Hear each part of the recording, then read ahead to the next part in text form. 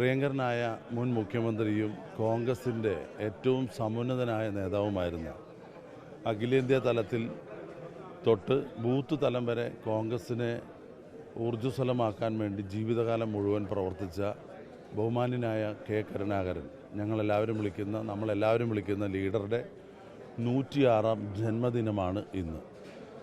ഓരോ കോൺഗ്രസ് പ്രവർത്തകനും ലീഡറുടെ പ്രവർത്തനങ്ങൾ വിലയിരുത്തുകയും അദ്ദേഹം നൽകിയ മാതൃകാപരമായ പ്രവർത്തനങ്ങൾ പിന്തുടരുകയും ചെയ്താൽ തീർച്ചയായിട്ടും ഏത് പ്രതിസന്ധിയെയും അതിജീവിക്കാൻ കഴിയുമെന്നുള്ള ഒരു കരുത്താണ് ഇന്നത്തെ ദിവസം ഞങ്ങളെല്ലാവരും ഞങ്ങളുടെ മനസ്സിൽ ഓർക്കുന്നതും പ്രവർത്തിക്കാൻ ആഗ്രഹിക്കുന്നത്.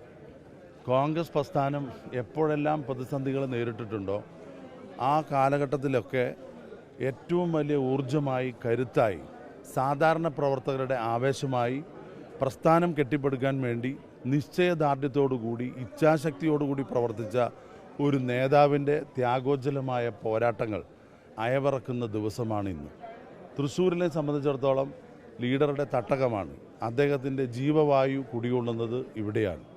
ഇവിടുത്തെ ഓരോ സാധാരണ പ്രവർത്തകനുമായിട്ടും ഏറ്റവും അടുത്ത ബന്ധം പുലർത്തിയ ലീഡറുടെ ആ പ്രവർത്തന മാതൃകയാണ് ഇന്നത്തെ തലമുറയിലുള്ള പുതിയ കോൺഗ്രസിൻ്റെ പ്രവർത്തകർ ഏറ്റെടുക്കേണ്ടത്. ഇപ്പോൾ ഇവിടെ ഒരു പ്രതിസന്ധി ഉണ്ടായിട്ടുണ്ട്. തെരഞ്ഞെടുപ്പിലെ ഒരു തോൽവിയാണ്. ഒട്ടേറെ തോൽവികളെ അഭിമുഖീകരിച്ചും അതിജീവിച്ചും കോൺഗ്രസ് പ്രസ്ഥാനത്തിന് കരുത്തു പകർന്ന ലീഡറുടെ ആശയമാണ് ഇന്ന് നമുക്കെല്ലാവർക്കും ആവേശമായിട്ടുള്ളത്. തീർച്ചയായിട്ടും അദ്ദേഹത്തിൻ്റെ പാതയിലൂടെ സഞ്ചരിച്ചാൽ, ആ രീതിയിൽ പ്രവർത്തിച്ചാൽ ഉറപ്പായിട്ടും കോൺഗ്രസ് വീണ്ടും ശക്തമായി തൃശ്ശൂരിൽ വരും. അപ്പോൾ ഇന്ന് ഞങ്ങൾ പ്രതിജ്ഞ എടുക്കുകയാണ്, ലീഡറുടെ ആ പ്രവർത്തന മാതൃക അതെല്ലാവരും അത് ഉൾക്കൊണ്ടുകൊണ്ട് പ്രവർത്തിച്ചാൽ, എല്ലാവരെയും കൂട്ടിപ്പിടിച്ച് ഐക്യത്തോടുകൂടി പ്രവർത്തിച്ചാൽ തീർച്ചയായിട്ടും ഒരു ജനാധിപത്യ മതേതര പാർട്ടി ഈ തൃശ്ശൂർ പോലുള്ള ഒരു എല്ലാ തരത്തിലും ഒരു മതേതരത്വം ആഗ്രഹിക്കുന്ന ജനങ്ങൾ പാർട്ടിയെ തിരികെ കൊണ്ടുവരും. അതുകൊണ്ട് ലീഡറുടെ മാതൃകയിൽ അദ്ദേഹത്തിൻ്റെ പാത പിന്തുടർന്നുകൊണ്ട് പ്രവർത്തിക്കാൻ ഇന്ന് ഞങ്ങളെല്ലാവരും ഒറ്റക്കെട്ടായിട്ട് പ്രതിജ്ഞ എടുക്കുകയാണ്. അതിന് നിങ്ങളുടെ എല്ലാവരുടെയും പിന്തുണ ഉണ്ടാകണമെന്ന് വളരെ വിനയപൂർവ്വം അഭ്യർത്ഥിക്കുന്നു. ലീഡറുടെ ത്യാഗസ്മരണകൾക്ക് മുമ്പിൽ ആദരാഞ്ജലികൾ അർപ്പിക്കുന്നു. നന്ദി.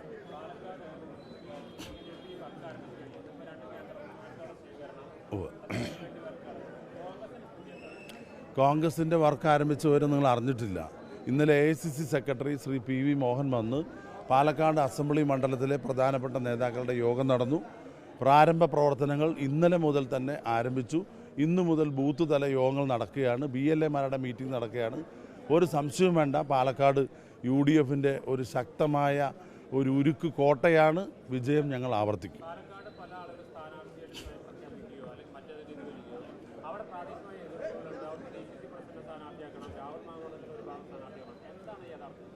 നിങ്ങൾ ആണ് ഈ സ്ഥാനാർത്ഥിയായി പ്രഖ്യാപിച്ചു എന്നൊക്കെ പ്രചരിപ്പിക്കുന്നു. ആ പ്രചരണം പരിപൂർണമായിട്ട് തെറ്റാണ്. പിന്നെ ഇന്ത്യൻ നാഷണൽ കോൺഗ്രസ് UDF കൂടുതൽ കരുത്താർജിച്ച് വരുമ്പോൾ സ്ഥാനാർത്ഥിയാകണമെന്ന് പലരും ആഗ്രഹിക്കും. ആഗ്രഹങ്ങൾക്ക് പല രീതിയിലും പുറത്തു വന്നേക്കാം. പക്ഷെ പാർട്ടി തീരുമാനം എടുത്തിട്ടില്ല. പാർട്ടി KPCC-യും ഹൈക്കമാൻഡും കൂടി എടുക്കുന്ന തീരുമാനം വന്നിട്ടില്ല. ആ ആലോചനയിലേക്ക് കടന്നിട്ടില്ല. അതാരെ തീരുമാനിച്ചാലും പാലക്കാട് സ്വീകരിക്കും. പാലക്കാട് നിന്നും UDF സ്ഥാനാർത്ഥി നല്ല ഭൂരിപക്ഷത്തിൽ തന്നെ വിജയിക്കും. എല്ലാവർക്കും ഓരോ അഭിപ്രായങ്ങളുണ്ട്. അതെല്ലാം പാർട്ടി കേൾക്കും. അന്തിമമായ തീരുമാനം എടുക്കുന്നത് ഹൈക്കമാൻഡാണ്. അത് അദ്ദേഹത്തിനോട് ചോദിക്കുക. എല്ലാവർക്കും അഭിപ്രായം പറയാനുള്ള അവകാശം കോൺഗ്രസ് പാർട്ടിയിലുണ്ട്. അത് പാർട്ടി വേദികളിൽ പറയും. അത്തരത്തിലുള്ള പ്രതികരണങ്ങളൊക്കെ ഉണ്ടാവും.